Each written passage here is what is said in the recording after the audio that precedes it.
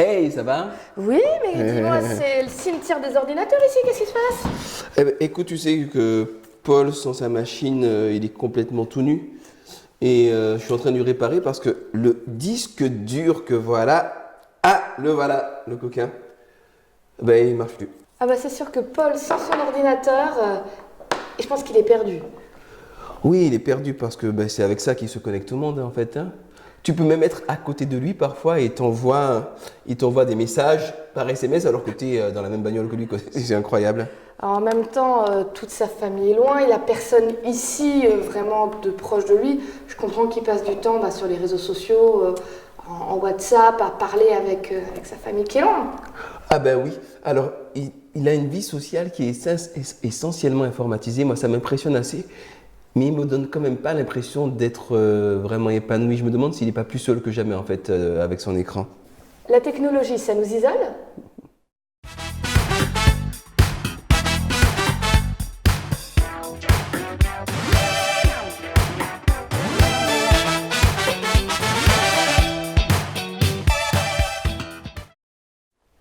C'est quand même fou de penser que l'intégralité quasiment de la vie sociale de Paul se trouve là-dedans. Et s'il nous avait pas toi et moi, finalement de vrais gens avec qui se balader, je crois qu'il n'en aurait pas, hein. Des vrais gens pour se balader, j'en sais rien. Bon, peut-être qu'il trouverait. Mais en même temps, il y a quand même du monde autour de lui. D'accord, c'est pas des gens qui sont juste à côté de lui. Mais tu es déjà allé un peu sur ces fils de conversation, sur certaines des photos qui postent. Il y a des vrais dialogues derrière. J'ai déjà vu des questions qu'il posait. C'était pas de la petite conversation qu'il avait avec les gens. Il y en a qui habitaient super loin, Tiens. mais qui parlaient de choses très profondes avec lui quand même. C'est pas complètement creux, alors je pensais que c'était surtout de quel temps il fait chez toi, il fait beau et chez toi quel temps il fait, ben il fait beau aussi, tiens, ben en même temps on habite dans le même village. Il y a aussi, je veux dire, des conversations qui ne veulent pas où il y en a aussi. D'un autre côté, toi et moi quand on discute, on a des belles conversations philosophiques, mais enfin de temps en temps... Pas tout le temps, hein. Voilà, ça ne vole pas trop non plus. C'est vrai. Ceci dit, juste d'un point de vue physique, je trouve que le fait d'être toujours derrière un écran, c'est un facteur de solitude en soi-même, quand bien même tu es en relation avec des gens à l'intérieur de l'écran. Dans le sens que, eh ben, là je te vois, je peux te taper sur la main, je te vois bouger, tu occupes un espace, on discute, on se regarde. Ça a quand même pas la même puissance en termes de relation que d'être en train de taper, de chatter. Pour moi, c'est pas exactement la même chose. C'est clair, enfin pour moi non plus c'est pas la même chose, mais la technologie ça doit rester un plus pour moi dans les relations. C'est-à-dire que ça permet de rester en contact avec des gens qui sont super loin. Je vois, j'ai une amie qui a déménagé au Canada.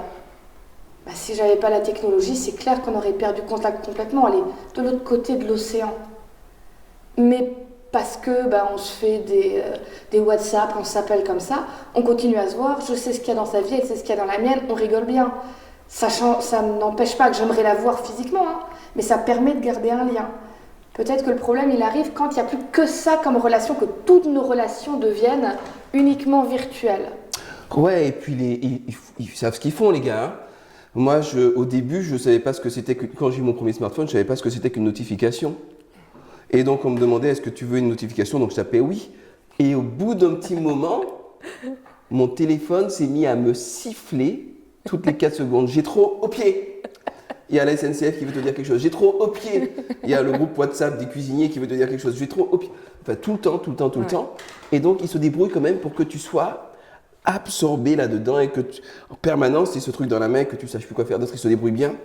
Et je pense que c'est ça aussi qui sépare les gens. J'ai peut-être l'air de vieux con. Mais moi, je me souviens d'une époque où je parlais aux gens dans les trains assez facilement. Souvent à des petites mamies ou des petits papis. Où est-ce que vous allez? Vous faites quoi? Et oui, moi j'ai eu une inondation chez moi. On parlait facilement. Et maintenant, dans les trains, tout le monde est complètement rivé. Il n'y a même plus de contact visuel entre les gens. Ouais. Il y a des questions à se poser. Et en même temps, moi je pense aussi... ça dépend de l'intention que tu as quand tu rentres dans une relation avec quelqu'un. Je ne parle pas d'une relation amoureuse, je parle juste d'être en contact. Bien sûr, une relation sociale. Avec quelqu'un, même par un moyen informatique, par l'ordinateur, par le téléphone, par ce que tu veux, par les réseaux sociaux. Moi, je me souviens de cette personne. On s'est rencontrés il y a 15 ans. Bah ouais, j'étais ado. On s'est jamais vus pendant des années. On a parlé beaucoup. Au départ, on a commencé sur des chats. Ensuite, il y a eu MSN, la période MSN, tu sais. Tu rentres du collège, t'étais sur ton truc, t'attendais que les gens répondent. Et au fur et à mesure, ça a continué avec d'autres réseaux sociaux, on s'adaptait au fur et à mesure. Au bout de 10 ans, on s'est rencontrés au final, parce que je faisais un voyage et que je suis allée dans la ville où cette personne habite. Et je t'assure, c'était une vraie amitié. Quand on s'est vus, ça faisait très bizarre d'un côté, parce qu'on avait toujours été derrière un écran. Et en même temps, c'était super beau, enfin, de pouvoir se rencontrer vraiment. Et c'est une amitié, tu vois, qui a perduré, qui est gardée, qui est réelle. C'est pas parce que c'est virtuel que c'est pas réel. À condition que les deux personnes, l'une en face de l'autre, soient vraies dans ce qu'elles disent, qu'elles ne se cachent pas derrière un faux pseudo, donner un faux âge. Parce qu'il y a ça aussi, il faut faire attention, on ne sait pas qui est la personne en face. Donc, il faut être prudent. Mais il y a quand même des belles choses qui peuvent se passer. Ouais. La question que je me pose, c'est combien de belles choses pour combien de gens réellement seuls et complètement isolés dans leur petite bulle virtuelle. Du coup, je me dis que certainement, ces outils qui sont des outils absolument formidables, moi je ne vois pas comment je pourrais vivre sans, en plus tout mon boulot ça tourne autour de ça maintenant, c'est en même temps aussi